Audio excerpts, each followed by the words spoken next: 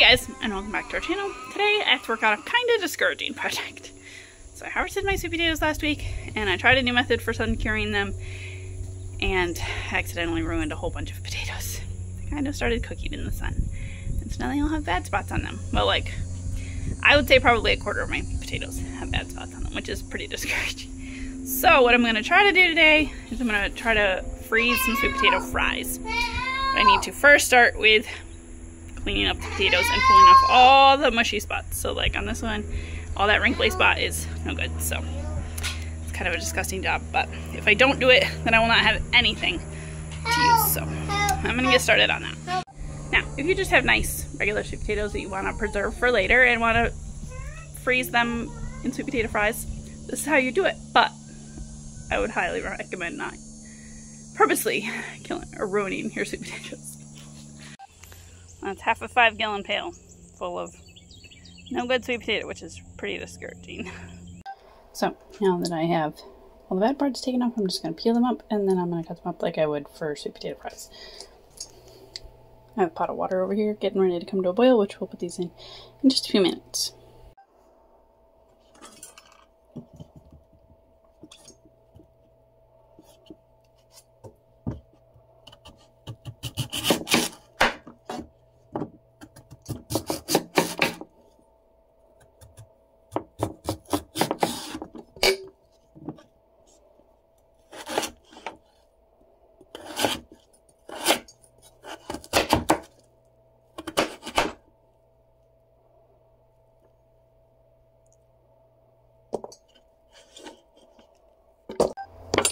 Now you might be thinking, Mariah, why don't you just freeze dry these in the powder like you did last year? Well, I don't really love that stuff anymore.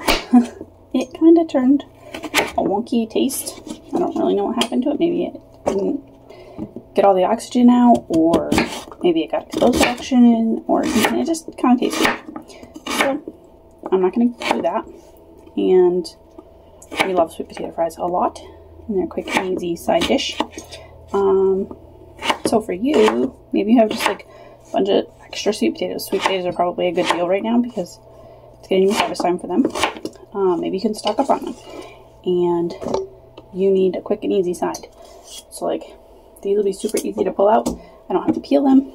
I don't have to get them ready. I don't have to chop them. All the work is already done. And so then I can just cook them up. I can either cook them in the oven, or I can cook them in the air fryer. Super quick, maybe like 20 minutes. Maybe 25. So pretty quick and easy. This batch of sweet potatoes is ready, so I'm going to put them in my boiling water for 5 minutes.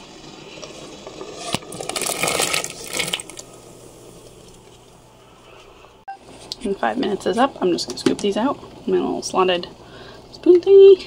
Put them in a bowl of cold water so they can cool down. I may change the cold water once just to cool them down pretty quick.